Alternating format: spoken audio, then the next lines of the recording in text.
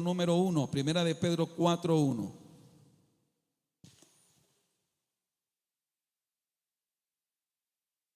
Quiero leer este texto porque de alguna manera este texto me permite desarrollar, será nuestro punto de partida para transmitir el pensamiento, el mensaje que Dios quiere entregarnos en esta mañana. Repito, primera de Pedro capítulo 4 versículo 1, ¿lo tienen? En voz alta lean conmigo verso 1. Puesto que Cristo ha padecido por nosotros en la carne, pues quien ha padecido en la carne terminó con el pecado. Amén. Padre, gracias te doy por tu gran amor y por tu gran misericordia. Gracias por regalarnos el privilegio de estar en tu divina presencia. Gracias por regalarnos el privilegio de adorarte, de exaltarte, de honrarte a ti, Señor, de darte la gloria, de darte la honra, de darte la alabanza, de darte la adoración. Y te pido que por favor, Dios, me des la gracia, la sabiduría que viene de lo alto. Ruego la unción de tu Espíritu Santo y que tú puedas ministrar cada corazón, cada vida, cada persona aquí presente, Señor, por tu palabra. Que tu palabra corra y sea glorificada. Y que tu palabra haga el efecto, haga la obra para la cual tú la envías, como siempre lo haces, Señor. En el nombre de Jesús. Amén y amén. Siéntense, por favor, tengan la bondad.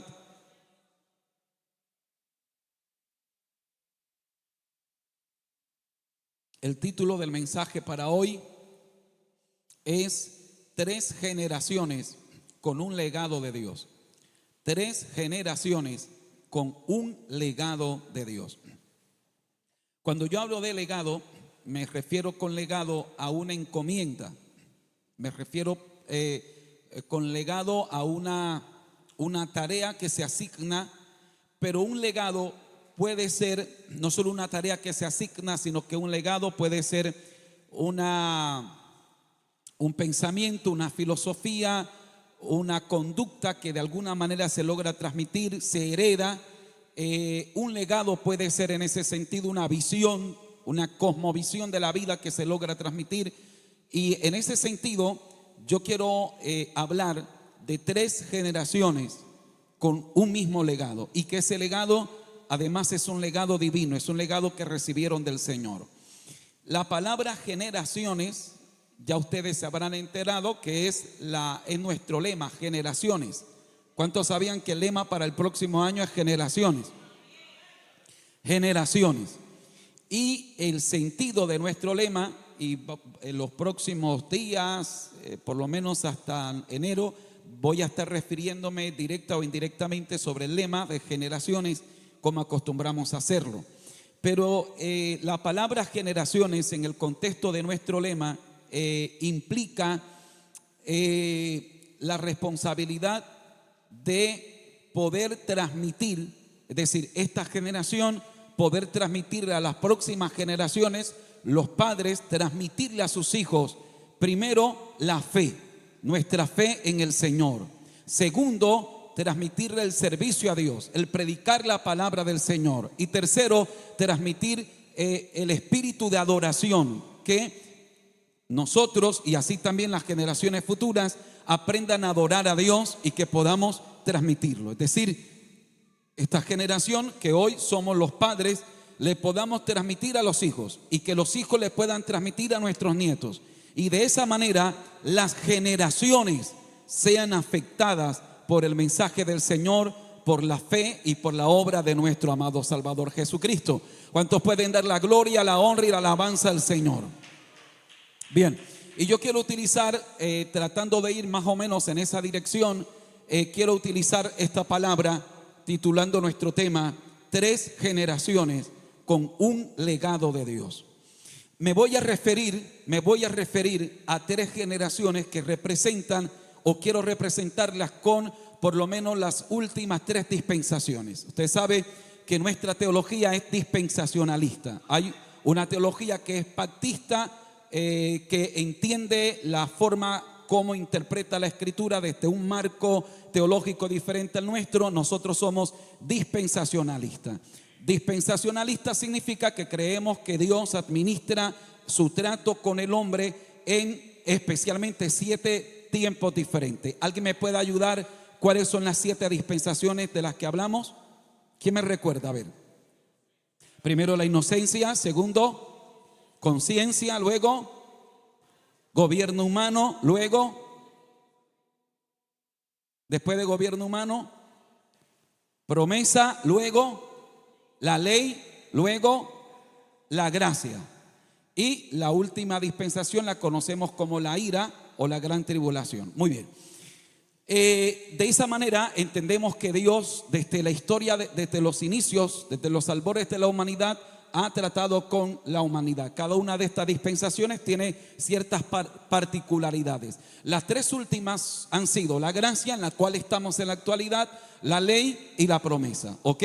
Yo voy a tomar 3 ejemplos bíblicos de estas 3, es decir, personajes de estas que representan estas 3 últimas dispensaciones y cómo este legado de Dios pasó de una a otra. Podría tomar ejemplo de cada una de las dispensaciones, pero creo que con las 3 últimas sería suficiente. Y con este detalle quiero resaltar el hecho que el legado del que voy a hablarles hoy es un legado que trasciende a las edades, que trasciende al tiempo, que trasciende a las dispensaciones. Es un legado que trasciende a la cultura, que trasciende al estatus social, que trasciende a las características que una generación tenga. Es un legado que unifica en ese sentido las generaciones. Alguien puede aplaudir al Señor, diga gloria, diga honra y alabanzas al Señor.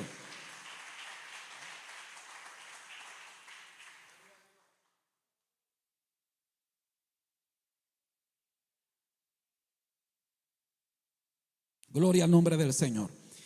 Bien, en ese sentido, acabo de leer un versículo y quiero que observes, me parece un versículo hermoso, capítulo 4 de Primera de Pedro, y este verso 1 dice: puesto que Cristo, óigase bien, ¿qué hizo Cristo?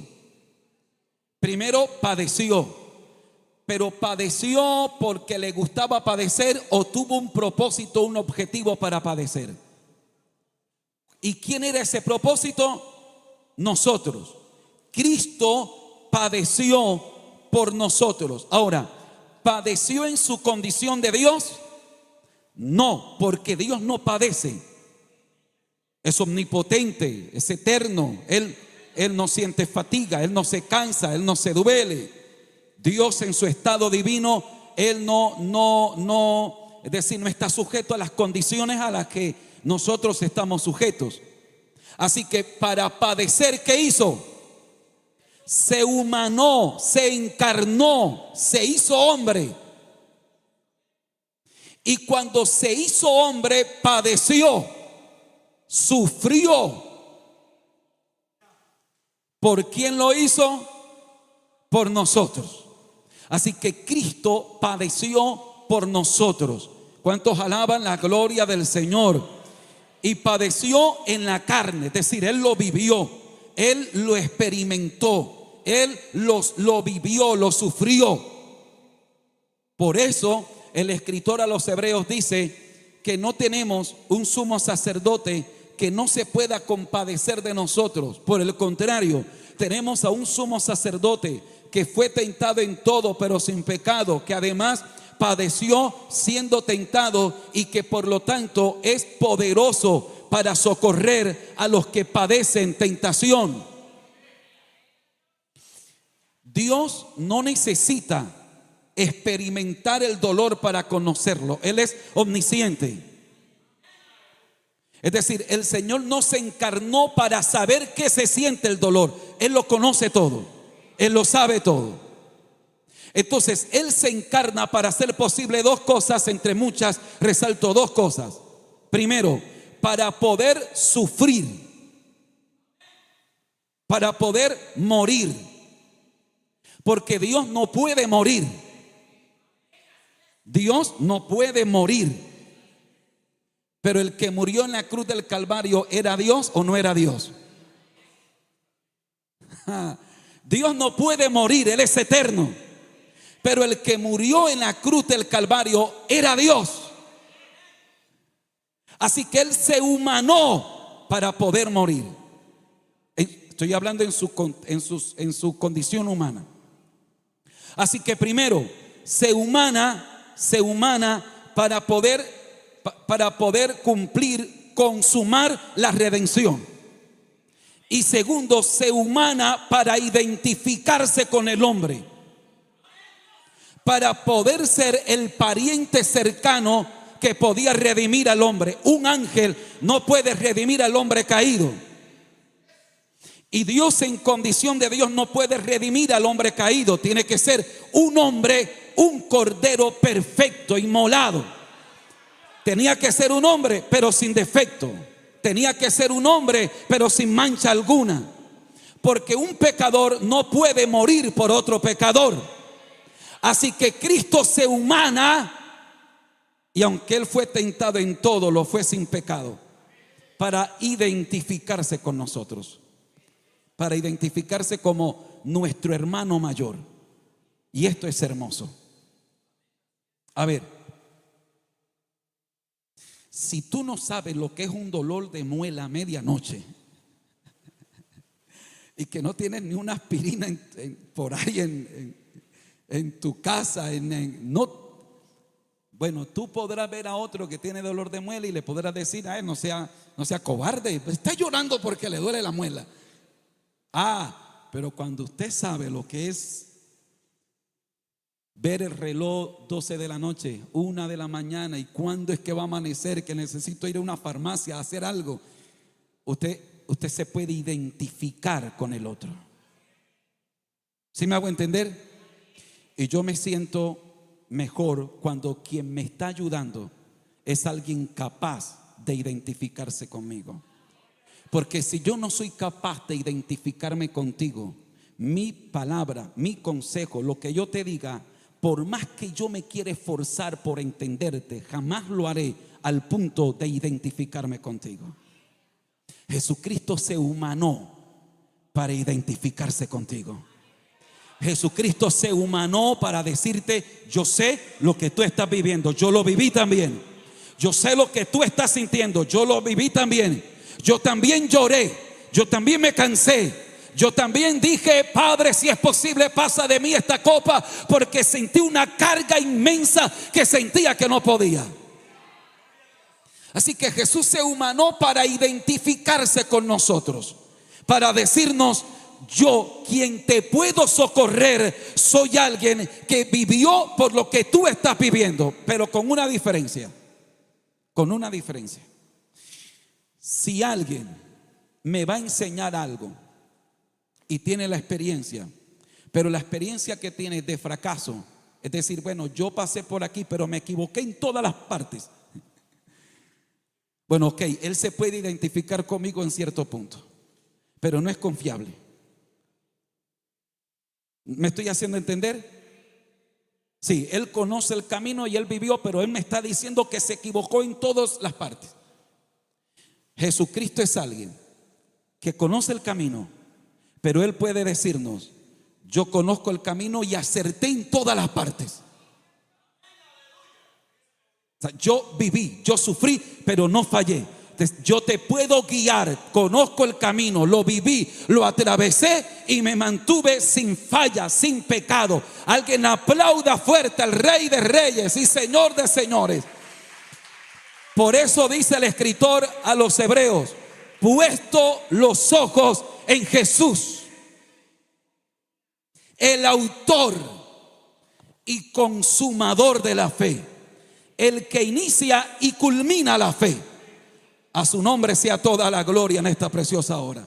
Bien, entonces quise resaltar esta primera parte del versículo, porque ¿qué hizo Jesús? Cristo padeció por nosotros en la carne. Lo hizo para identificarse con nosotros. La segunda parte del versículo, lea en voz alta, que dice: vosotros también armaos del mismo pensamiento. Quiero llamar la atención a esa palabra: armaos. Ármense del mismo pensamiento. Ármense. Ármense. Es una invitación a prepararnos para una batalla. Es la a ver, esta es la invitación a tener la mentalidad correcta ante la batalla. Porque con qué mentalidad llegas a la batalla, de alguna forma determina tu victoria o tu derrota. Hay gente que pierde batallas antes de pelearlas. Se lo voy a repetir. Hay gente que pierde batallas antes de pelearlas. Antes de pararse en la línea de batalla, ellos dicen: me va a ir mal, voy a fracasar, voy a fallar, yo lo voy a intentar, pero yo nunca hago nada bien. Ya perdieron la batalla. Así que el escritor nos dice: ármense del mismo pensamiento. Cuando tú llegues a la batalla, debes llegar armado del mismo pensamiento que tuvo Cristo. Y el pensamiento de Cristo fue cumplir el propósito de Dios, aunque eso cuesta la vida. Cumplir el plan del Padre, aunque eso cuesta la vida. Y por eso Él dice: Padre, si es posible, pasa de mí esta copa sin que yo la beba, pero que se haga tu voluntad, no la mía. Es decir, si cumplir tu voluntad me cuesta tomar esta copa, yo la tomaré, aunque no quisiera tomarla. Y tenemos a un Jesús que permanece fiel al Padre, y el texto nos dice que Él sufrió en carne. Ahora, este sufrir en carne fue sin fruto. Se trató de sufrir porque hay que sufrir. La última parte del versículo que leímos, ¿qué dice?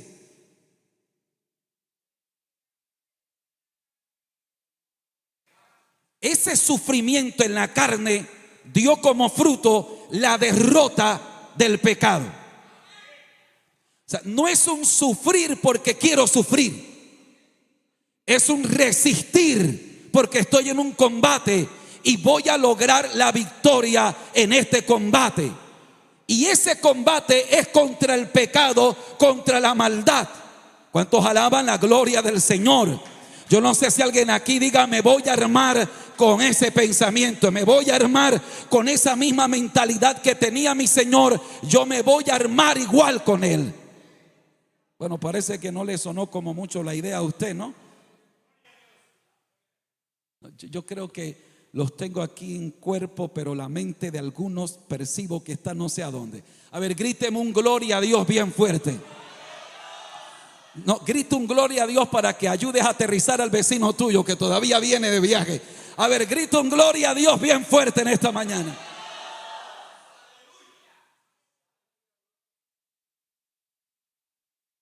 Gloria al Señor. Bien, en este versículo está la base del legado del que voy a hablar. Si te perdiste esta primera parte del versículo, ya llevas 30% del mensaje abajo. Y no puedo repetirlo porque tengo mucho material que entregar en esta mañana. Pero permíteme sintetizártelo de esta forma.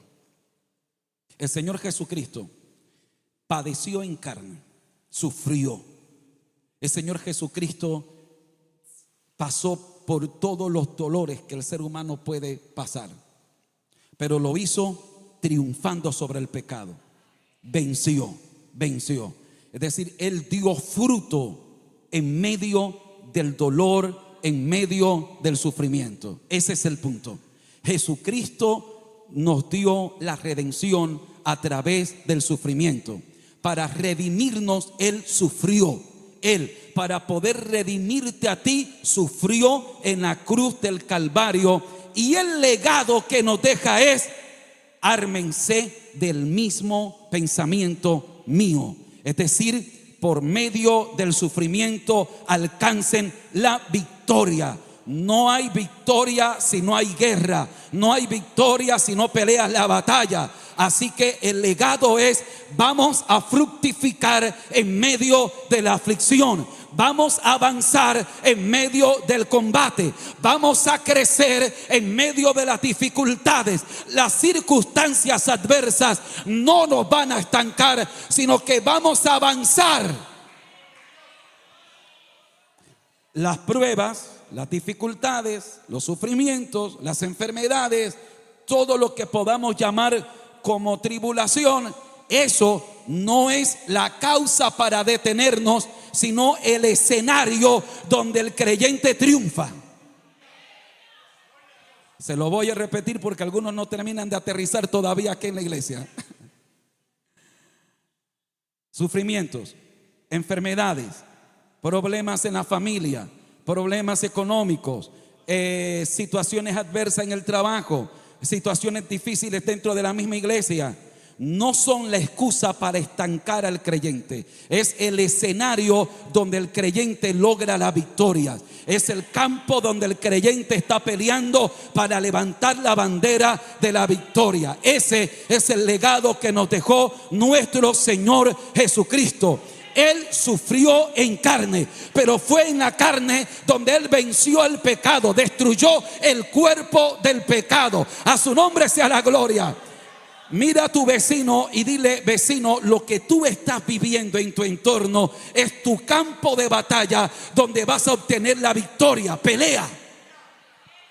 Vamos, mira a alguien, dile a alguien: vecino, lo que te está rodeando, las circunstancias que te están rodeando, es el campo de batalla donde Dios te va a dar la victoria. Es el campo de batalla donde vas a levantar la bandera. Alabado sea Dios.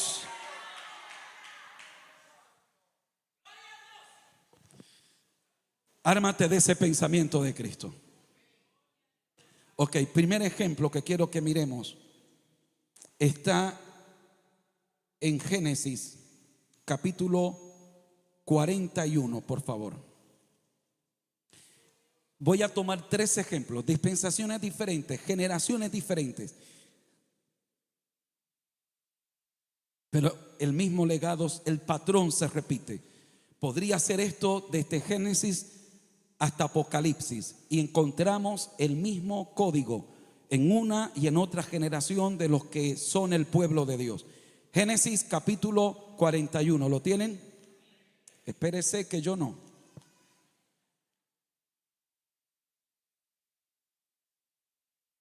Versículo 51, Génesis 41, 51.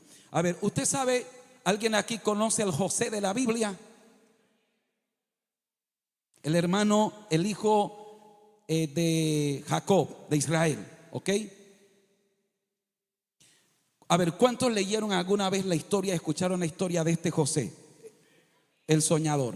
Bueno, creo que la mayoría. Voy a obviar los detalles. Si alguno nunca la escuchó, José en el momento era el hijo menor de Jacob, de Israel. Es por ser el último hijo, además lo tiene con la esposa, tenía 2 esposas con las que él realmente amaba, con Raquel. Así que se convirtió en el hijo consentido, el hijo preferido de Jacob. Le hizo una túnica de colores. Y un día José tuvo un sueño, y un día tuvo otro sueño. El tema es que en el sueño, la interpretación del sueño era que tanto su padre, su madre y sus hermanos se postraban ante él. Este tipo de sueño no le gusta a los hermanos mayores.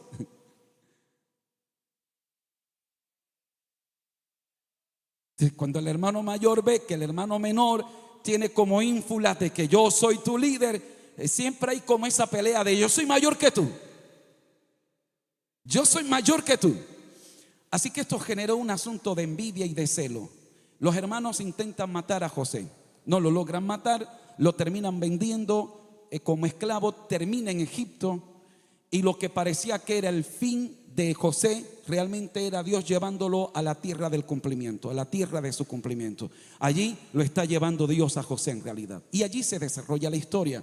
José se casa y tiene 2 hijos. El primer hijo, capítulo 41, ¿lo tienen? Versículo 50 dice: y nacieron a José 2 hijos antes que viniese el primer año del hambre, los cuales le dio a luz, ¿quién? ¿Hija de quién? Sacerdote de On. Verso 51. Y llamó José el nombre del primogénito como el primer hijo que nació, José le llamó Manasés. Porque dijo: Dios me hizo olvidar todo mi trabajo y toda la casa de mi padre. Verso 52, léanlo en voz alta, por favor.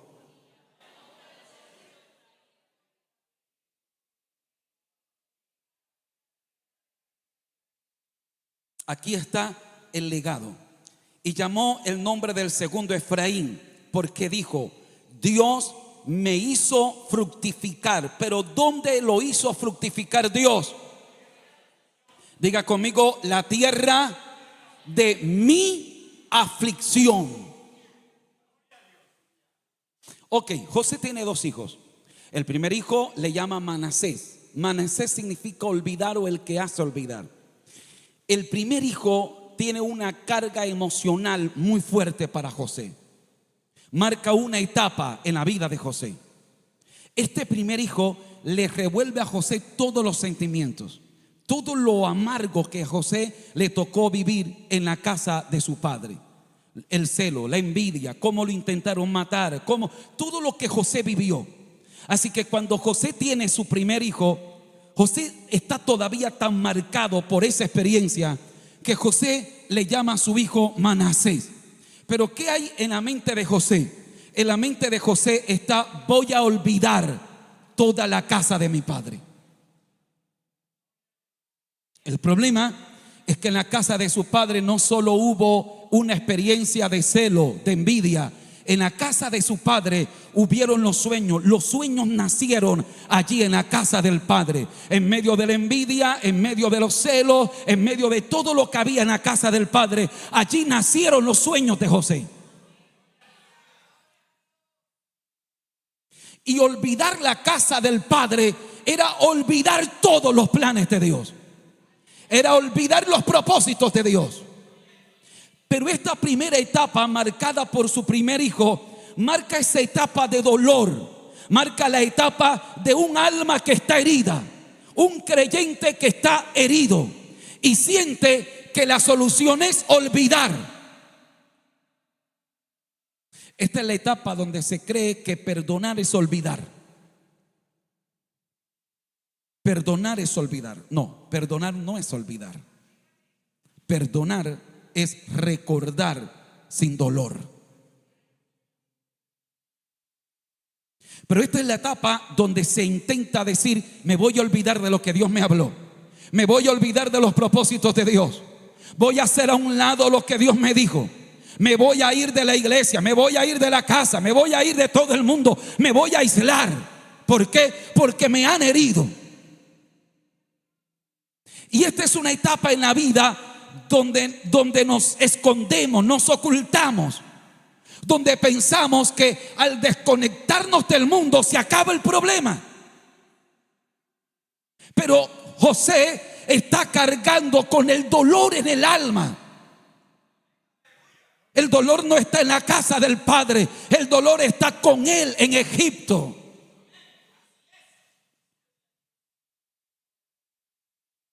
Hay gente que está buscando el problema fuera de ellos, en los demás, cuando el problema está dentro de ellos. Te puedes ir a otro continente, a otro país, puedes irte a donde tú quieras, pero donde tú vayas el problema está dentro de ti. Hay cosas allá adentro que hay que arreglar. Hay etapas allá adentro que hay que superar. Hay situaciones allá que hay que bregar, hay que gestionar, hay que tratar con eso. Y que olvidarlo no es la solución. Negarlo no es la solución. Decir no existe, no pasó, nunca ocurrió, me olvidé. No, esa no es la solución.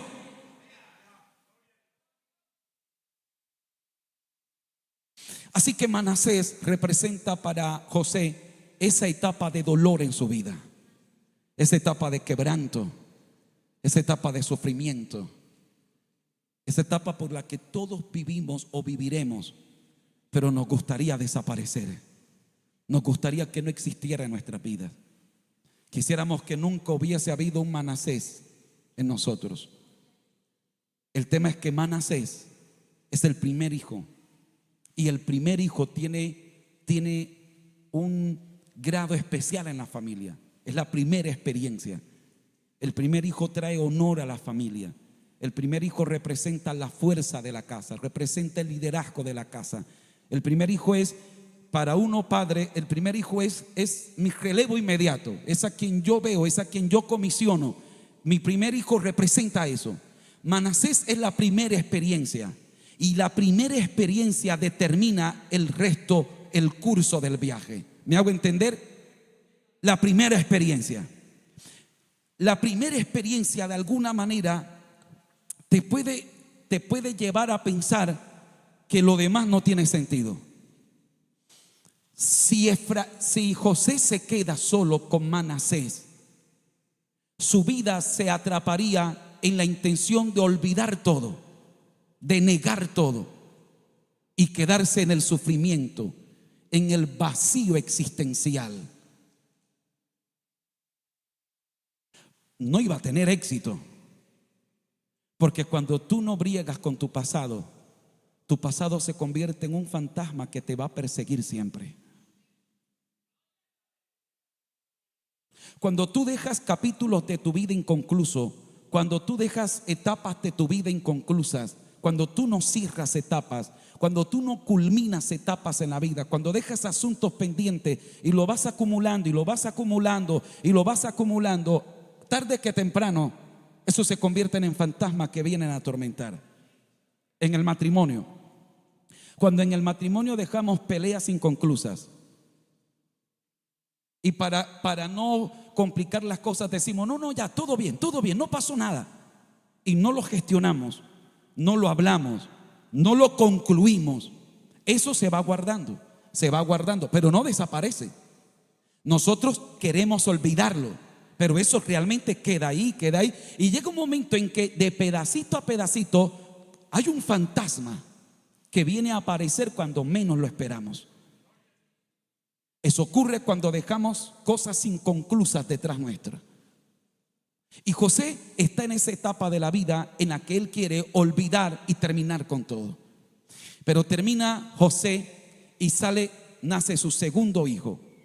Y a su segundo hijo, José está en otra etapa de la vida. Y a su segundo hijo, ¿cómo le llama José? Y Efraín significa fructificar. Pero lo que declara José es nuestra base para hoy. José dice, porque Jehová me hizo fructificar en la tierra de mi aflicción. Ya aquí no hay un hombre en negación.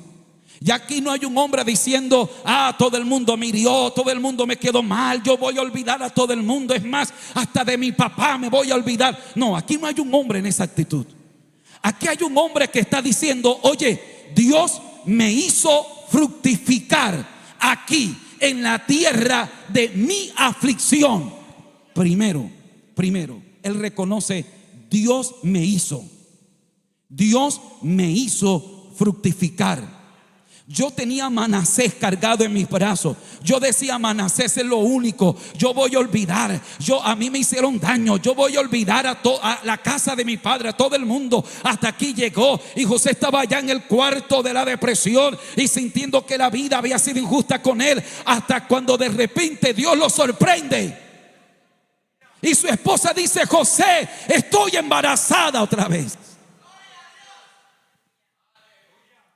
Y este segundo hijo marca una segunda etapa en la vida de José.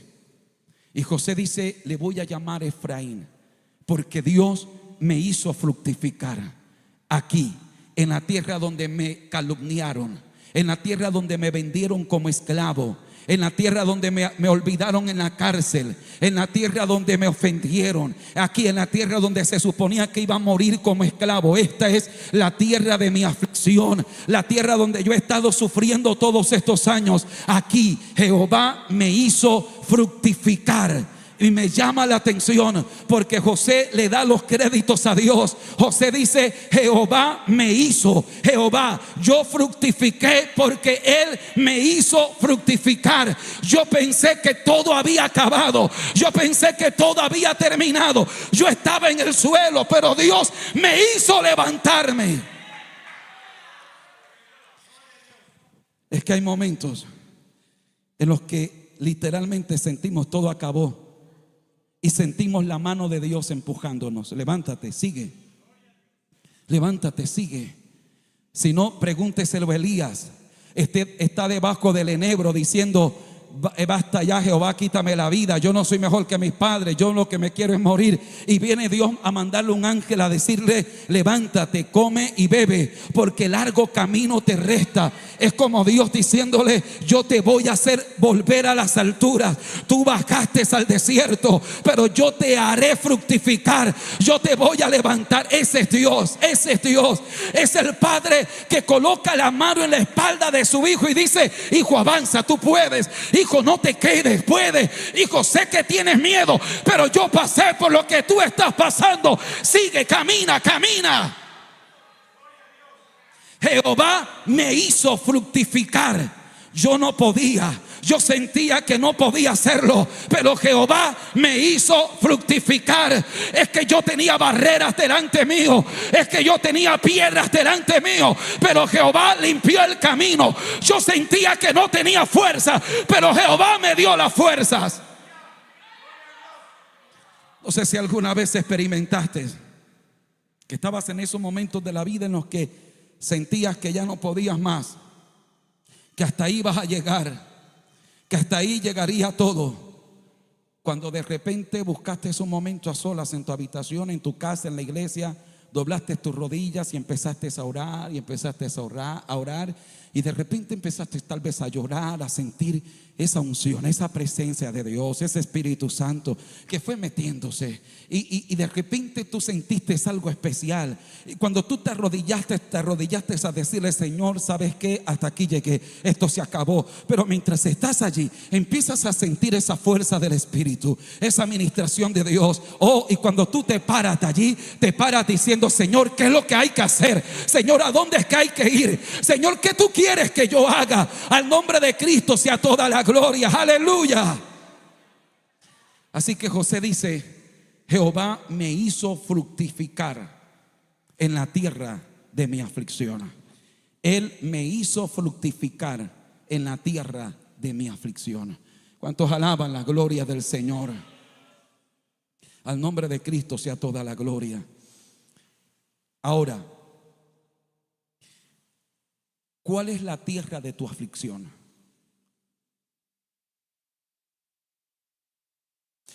La tierra de tu aflicción puede ser tu matrimonio, tu familia, la empresa donde trabajas. La tierra de tu aflicción, es decir, el lugar donde tú eres afligido, es el lugar del que tú quisieras irte corriendo. ¿Cuál es la tierra de tu aflicción?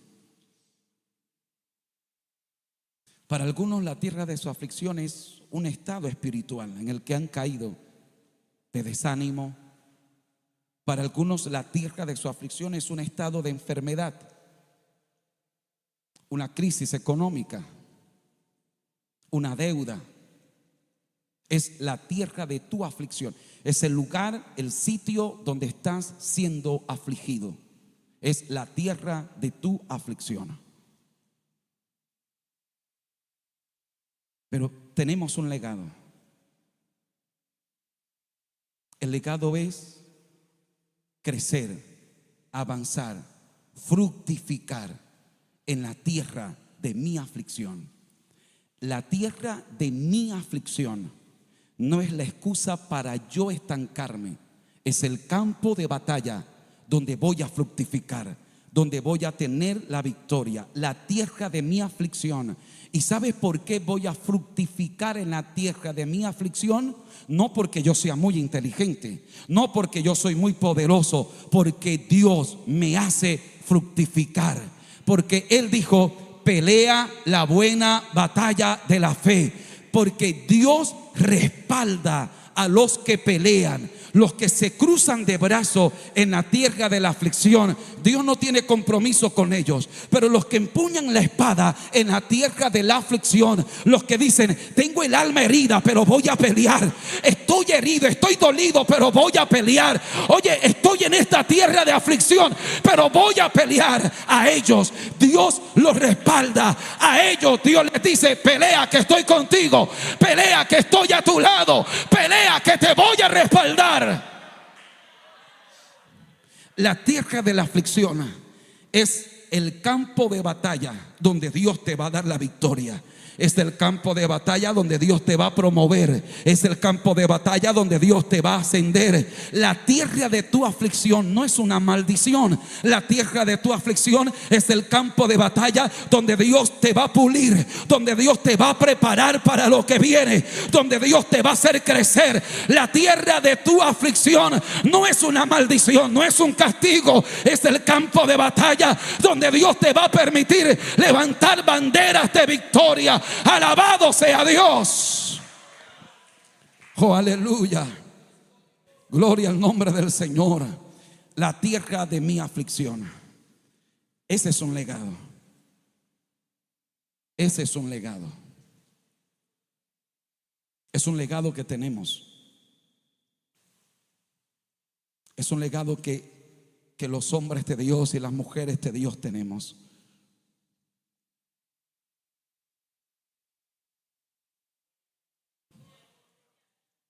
¿Qué pasa con esta primera generación representada con José? Dice la Biblia que José murió y toda aquella generación. Vaya conmigo, por favor, a Éxodo. Libro de Éxodo, capítulo 1.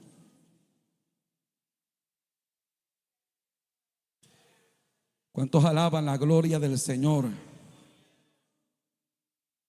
Verso 6, ¿lo tienen? En voz alta, lean en voz alta, por favor, verso 6, Éxodo capítulo 1.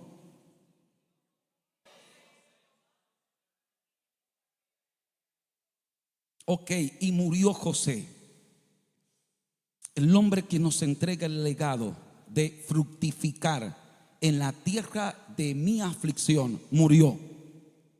Pero no solo murió José, ¿quién más murió?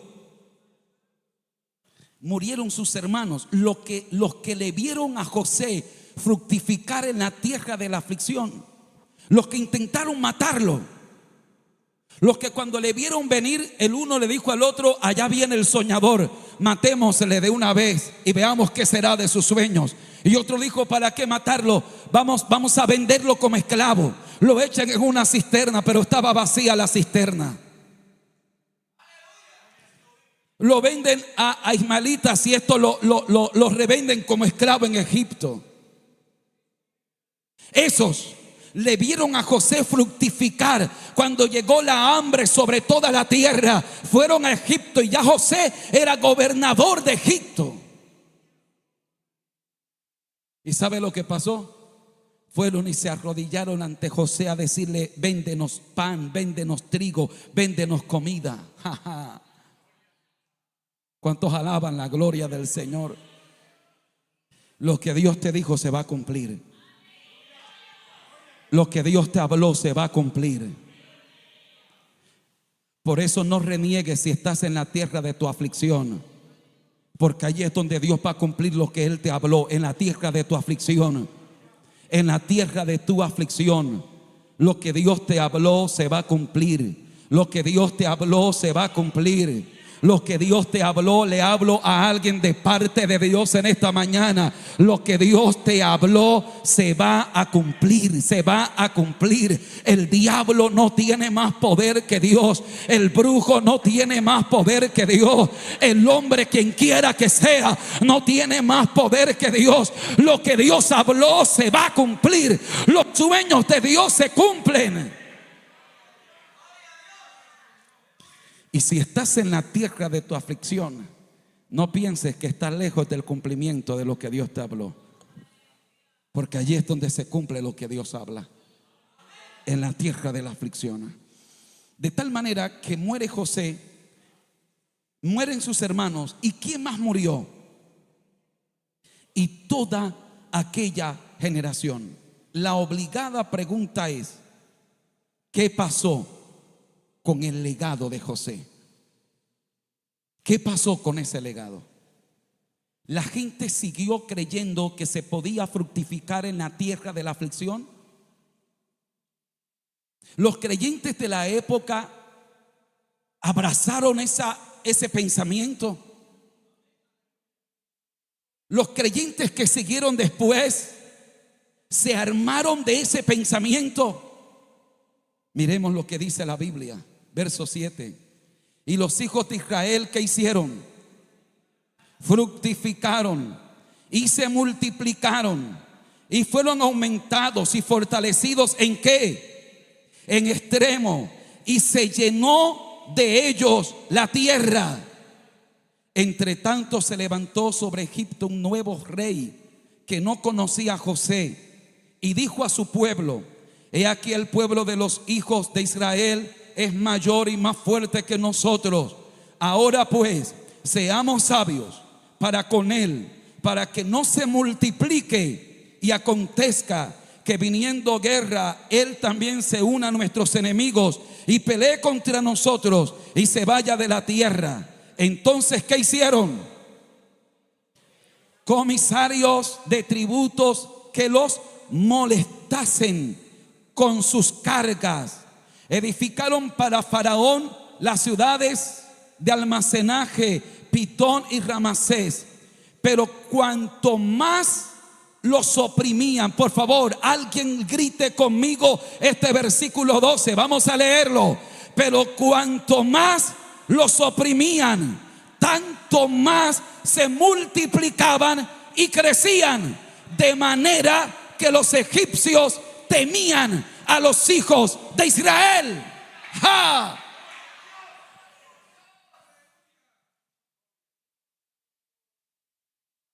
El legado pasó a esta generación.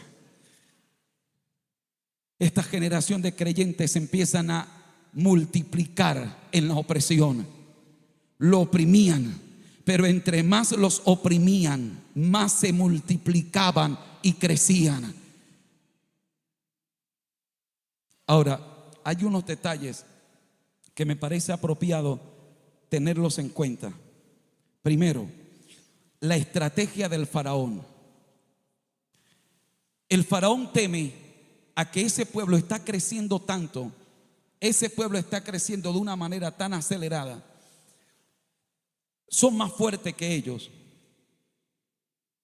El faraón dice: si llega un país vecino a atacarnos, y si son avispados, hablan con el líder, alguno de estos hebreos, se ponen de acuerdo y estos pueden pelear contra nosotros. Así que para el faraón tenían una bomba de tiempo en sus tierras. Pero después, cuando Dios los quiso sacar de Egipto, no los quería dejar salir. El diablo es diablo, ¿verdad? Señor lo reprenda. Así que el faraón dice: hay que buscar la manera de reprimirlos. Mire la estrategia. Usted leyó conmigo. La estrategia que utiliza el faraón para tratar de evitar el crecimiento de los hebreos en Egipto, que además ocupaban una zona fronteriza, la tierra de Gosén, la que le da el faraón que conoció a José. Y recuerden que ya ese faraón muere, se levanta un faraón que no siente ninguna lealtad por los hebreos, como lo tenía el faraón con el que convivió José. Así que al estar en la frontera es el motivo de la preocupación del faraón. ¿Sí me hago entender? Es decir, geográficamente tienen una parte que sería la puerta para que cualquier enemigo pudiera entrar. Solo era cuestión de negociar. Ustedes peleen, nos den la libertad, nosotros dejamos de ser esclavos aquí y nos convertimos también en terratenientes. Eso sería fácil para inclinar la voluntad de los hebreos a favor de un pueblo enemigo. Y ese temor lo tenían los faraones, o el faraón que en este caso se cree que era Setos I. Bien, estrategia del faraón. Primero, llevarlos a una condición extrema de pobreza. Primero eso, llevarlos a una condición extrema de pobreza. ¿Cómo lo iba a hacer? Con pesados impuestos. Vamos a colocarle impuestos que sean muy pesados. Verso 11. Entonces pusieron sobre ellos comisarios de tributos que los molestasen con sus cargas. Que las cargas tributarias fuesen tan fuertes que los empobrecieran. Vamos a empobrecerlos. Vamos a arruinarlos. Estrategia del faraón. Primero, vamos a empobrecerlos de una manera tal, extrema. Número 2, al ser pobres se podrán endeudar y los que no son esclavos los vamos a convertir en esclavos. Vamos a esclavizar a todo el pueblo. Número 3, vamos a arruinarles la salud, a amargarles la vida y de esa manera vamos a menguar su número. Los vamos a afligir, los vamos a azotar, vamos a ponerle tributo, los vamos a esclavizar y seremos fuertes, implacables contra ellos, a amargarles la vida, los vamos a que manejen niveles de estrés tan terribles que le vamos a arruinar la salud. Los vamos a arruinar físicamente y los vamos a arruinar emocionalmente. Y aquí viene el número 4. Vamos a desanimarlos y a quitarles el deseo de casarse para reproducirse. Que ellos vivan una vida tan fea de pobreza, de amargura, de dolor, de enfermedad, que ellos digan: yo no me voy a casar porque ¿para qué voy a traer hijos al mundo? ¿Me estoy haciendo entender? Vamos a hacer que ellos pierdan el deseo de vivir, que pierdan el deseo de multiplicarse, que pierdan el deseo de procrear, que pierdan el deseo de multiplicarse en la vida. Esa es la estrategia del faraón. ¿Se parece a la que usa el enemigo con usted y conmigo?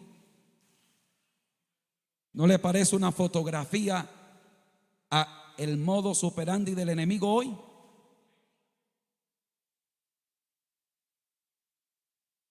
¿Cuántos alaban la gloria del Señor?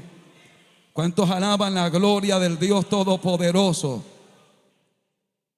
Pero el faraón no pudo destruirlos.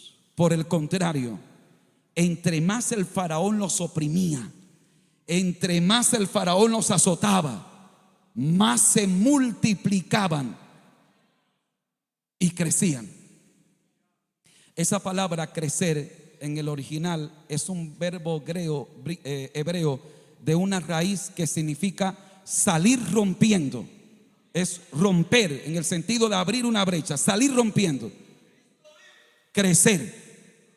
Y me parece hermosa el sentido en el original de esta palabra, porque es salir de un encierro, pero no salir por la puerta abierta, porque no hay puerta abierta. Es salir rompiendo. ¿Cuántos alaban la gloria del Señor? La Biblia dice que Satanás a sus presos nunca le abrió las cárceles. Él no te va a abrir la puerta, tú tienes que romperla. ¿Cuántos alaban la gloria del Señor? Así que el faraón los está oprimiendo, los está amargando la vida. Pero el faraón dice: ¿qué es lo que pasa con esta gente? Que entre más los oprimo, entre más los ataco, más crecen, más se multiplican, más avanzan. Es que esto lo llevas en la sangre. El creyente genuino en Dios lleva este legado en sus venas. El legado de multiplicarnos en la tierra de la aflicción. El legado de fructificar en el campo de la batalla. El legado de levantarnos. Si queda solo un pedazo de nosotros, ese pedazo va a seguir avanzando. ¿Cuántos alaban la gloria del Señor? Si solo queda un pedazo de fe en el campo de batalla, ese pedazo de fe es suficiente para seguir avanzando. A su nombre sea la gloria. A su nombre sea la gloria. A su nombre sea la gloria. La palabra generación en el hebreo es una palabra que tiene diferentes caracteres.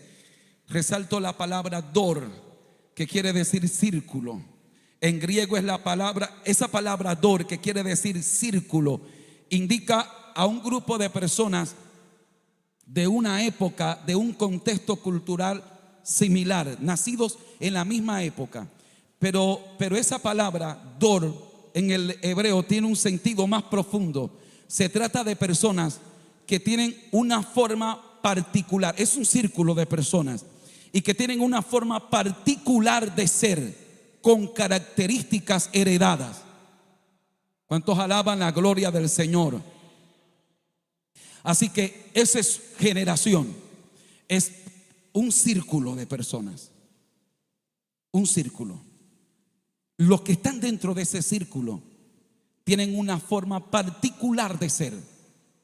Y las características que definen esa forma particular de ser son heredadas. Una generación se la transmite a otra. Una generación se la transmite a otra dentro del mismo círculo. Luego, este círculo no tiene un matiz exclusivista. No es que el evangelio es un círculo donde solo entran los de nuestra especie, no. Más bien ese círculo indica personas que han recibido por fe al Señor y han entrado al círculo. El círculo no está cerrado, pero es cerrado. El círculo no está cerrado. Todo el que crea puede entrar al círculo, pero el círculo es cerrado. Los recursos de gracia se aplican solo a los que están en el círculo. ¿Cuántos alaban la gloria del Señor? Y los que están dentro de ese círculo tienen una forma particular de ser. ¿Te diste cuenta cómo tus compañeros en el trabajo no entienden que tú seas diferente a ellos? ¿Te diste cuenta que tus compañeros en la universidad te tratan como si tú fueras extraterrestre? Porque para ti es normal lo que tú haces. Para ti es normal decir: yo no tomo cerveza. Para ti es normal decir: yo no ando por ahí fornicando con las mujeres. Para ti es normal decir: no, yo no miento, yo no voy a hacer trampa. Para ti es normal, porque tú estás dentro de un círculo en el que se supone que todos los que estamos en ese círculo vivimos en esa normalidad de justicia, de rectitud. Pero los que te están viendo fuera del círculo te ven y dicen: él es raro, ella es rara, él habla raro, él no maldice, él no dice malas palabras, él viste raro, ella camina raro. ¿Me estoy haciendo entender? Porque tú haces parte de un círculo que tiene una forma particular de ser, y las características que te definen son heredadas. Las hemos recibido de generaciones pasadas. Alguien aplauda fuerte al Rey de Reyes y Señor de Señores. A su nombre sea la gloria.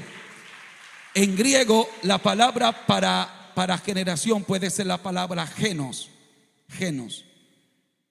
que se traduce también como raza o como linaje. Es la palabra que utiliza Pedro para decir que somos linaje escogido, somos la genos de Dios, somos la raza, somos el linaje escogido. ¿Cuántos alaban la gloria del Señor? Pero es un linaje escogido.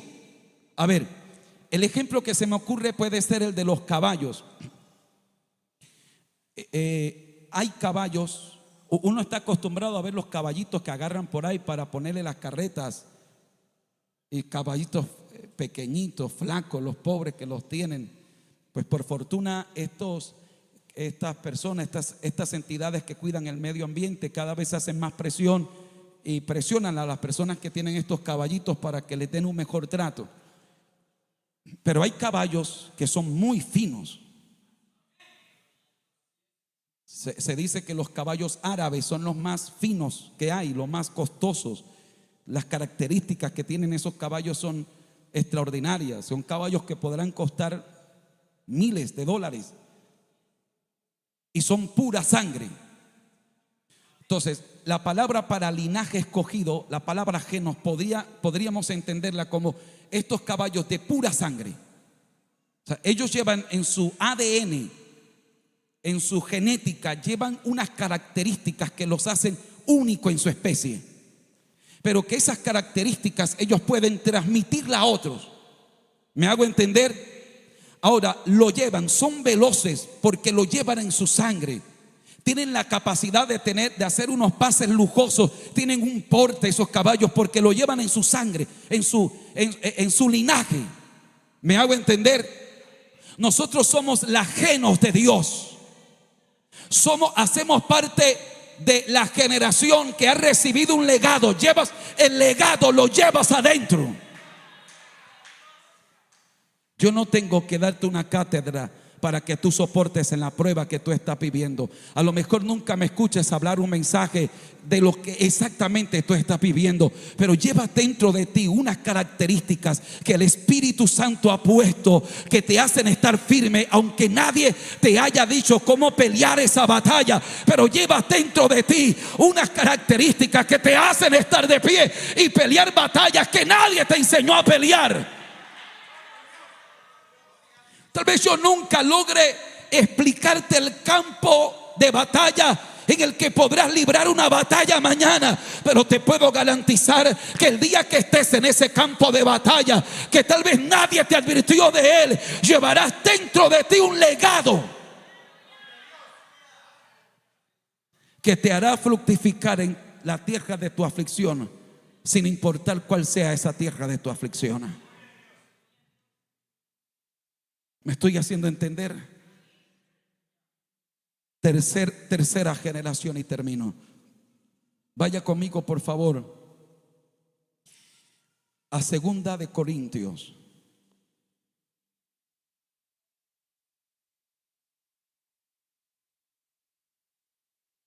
Esta generación que acabamos de hablar, la segunda generación, es la apertura de la dispensación de la ley. Es de este contexto en el que surge Moisés y en el que Dios le da la ley al pueblo. Es aquí en este contexto donde el pueblo sale al desierto, y en el desierto Dios le da la ley al pueblo. ¿Cuántos alaban la gloria del Señor? Así que esta generación representa la puerta de la dispensación de la ley. Es el contexto, es el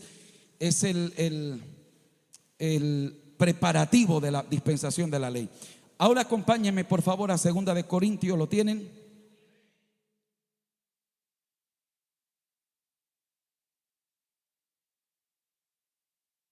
Segunda de Corintios capítulo 4,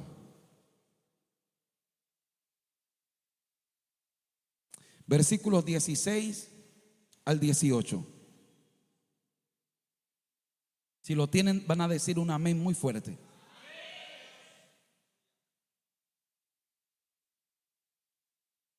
Versículo número 16. Por tanto, no desmayamos. Antes, aunque nuestro hombre exterior se va desgastando, el interior, no obstante, se renueva de día en día, porque esta leve tribulación momentánea produce en nosotros un cada vez más excelente y eterno peso de gloria, no mirando nosotros las cosas que se ven, sino las que no se ven. Pues las cosas que se ven son temporales, pero las que no se ven son eternas. No sé si lograste reconocer ese legado dentro de esta última generación. Está implícito el mismo concepto. Esta leve tribulación momentánea no nos destruye, por el contrario, produce un mayor peso de gloria. Ahí está implícito el mismo pensamiento: fructificar en la tierra de aflicción, entre más me oprimen, más me multiplico. Y ahora el apóstol dice: esta leve tribulación momentánea produce en nosotros un cada vez más excelente y eterno peso de gloria. Y otra vez, trasciende a la generación, a la dispensación actual, la dispensación de la gracia, la dispensación de la iglesia, le dicen algunos, a esta dispensación a la que usted y yo pertenecemos. Lo que he tratado de decirte, querido hermano, querida hermana, es que llevas un legado en tus penas. Llevas un legado internamente. Llevas un legado. Haces parte de el dor de Dios. Tú haces parte del círculo de Dios. Tal vez en este instante tú estés librando batallas en terreno que nunca conocías. Es la tierra de tu aflicción. Tal vez en este instante tú estás librando batallas en áreas de tu vida que jamás pensaste. Tal vez en este momento estás enfrentando situaciones adversas que nunca te preparaste para ellas, porque jamás pensaste que te iba a tocar a ti. Jamás pensaste que tú vivirías lo que estás viviendo. Y es la tierra de tu aflicción, es tu realidad. Es donde estás viviendo y lo que estás viviendo justo en este instante. Es el lugar donde lloras. Es el lugar donde sufres. Es el entorno, son las características donde se aflige tu alma. Es la tierra de tu aflicción. Es la tierra de tu dolor. Donde está la crisis. Repito, y tal vez estás librando batalla en un campo que jamás pensaste, en un escenario que nunca te imaginaste, contra enemigos que jamás pensaste. Pero tú llevas un código dentro de ti. Llevas un legado dentro de ti. Pero tienes que entender que Dios respalda a los que pelean. La tierra de tu aflicción no es el cementerio de tus restos. La tierra de tu aflicción es el campo de batalla donde Dios te va a dar la victoria. La tierra de tu aflicción es el escenario, por doloroso que sea, es el escenario que Dios ha preparado para llevarte a un nuevo nivel. Para Dios formarte, para Dios prepararte, para Dios ayudarte. Te están oprimiendo en la tierra de tu aflicción. Bueno, eso se debe a que el faraón tiene una estrategia contra ti. Satanás tiene una estrategia contra ti. Señor, los reprenda en esta hora.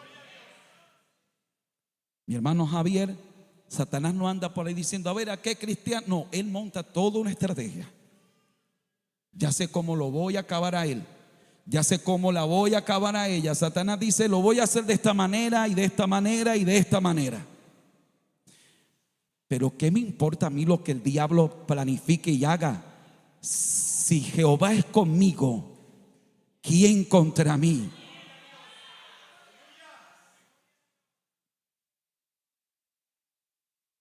Tengo dos cosas a mi favor. Primero, el que me hace fructificar en la tierra de mi aflicción está a mi lado. El que me hace fructificar en la tierra de mi aflicción dice, yo estoy aquí a tu lado. Yo no evité que llegaras a la tierra de tu aflicción, pero yo estaré a tu lado todo el tiempo que estés en la tierra de tu aflicción. Y yo no impedí y no voy a impedir que te aflijan en esta tierra. Pero cada golpe que te den, te voy a dar la fuerza para resistirlo. Y cada golpe que te den, lo voy a convertir en una bendición para ti. Cada pérdida que tengas será una ganancia. Cada pérdida que tengas será una ganancia. Cada pérdida que tengas será una ganancia. Cada cosa que pierdas será una ganancia. Primero, tienes al Dios que te hace fructificar en la tierra de tu aflicción. Segundo, tienes un legado. Tienes un legado. Tienes un legado. Tú no eres un aparecido por allí. Tú tienes un legado. Tú haces parte de la genos de Dios. Haces parte del dor de Dios. Tienes un legado por dentro. Llevas un legado en tus venas. Alabado sea Dios. Por eso te puedo asegurar, óyeme bien, te puedo asegurar que esa leve tribulación momentánea no te va a destruir. Va a producir en ti un mayor peso de gloria. Te puedo asegurar que las lágrimas de hoy son el precio de la gloria de mañana. Te puedo asegurar que el quebrantamiento de hoy va a producir un mayor peso de gloria. Te puedo asegurar que lo que hoy tú estás viendo a tu alrededor no es un cementerio, es un campo de guerra. Lo que tú estás viendo en tu entorno no es un cementerio, es el campo de batalla donde Dios te dará la victoria. Colóquese de pie y alabe a Dios. Colóquese de pie y alabe a Dios. Colóquese de pie y adore a Dios. Colóquese de pie y alabe a Dios. Por tanto no desmayamos. Por tanto no desmayamos. Por tanto no desmayamos.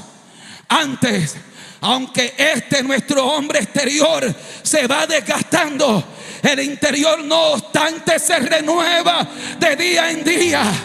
Por eso no te equivoques conmigo. Si tú me ves cansado por fuera, es porque el hombre exterior se está desgastando, porque estoy en la tierra de mi aflicción. Pero el interior se está renovando. El hombre interior se está renovando. El hombre interior se está renovando. Llevo un código por dentro. Llevo un legado en mi alma.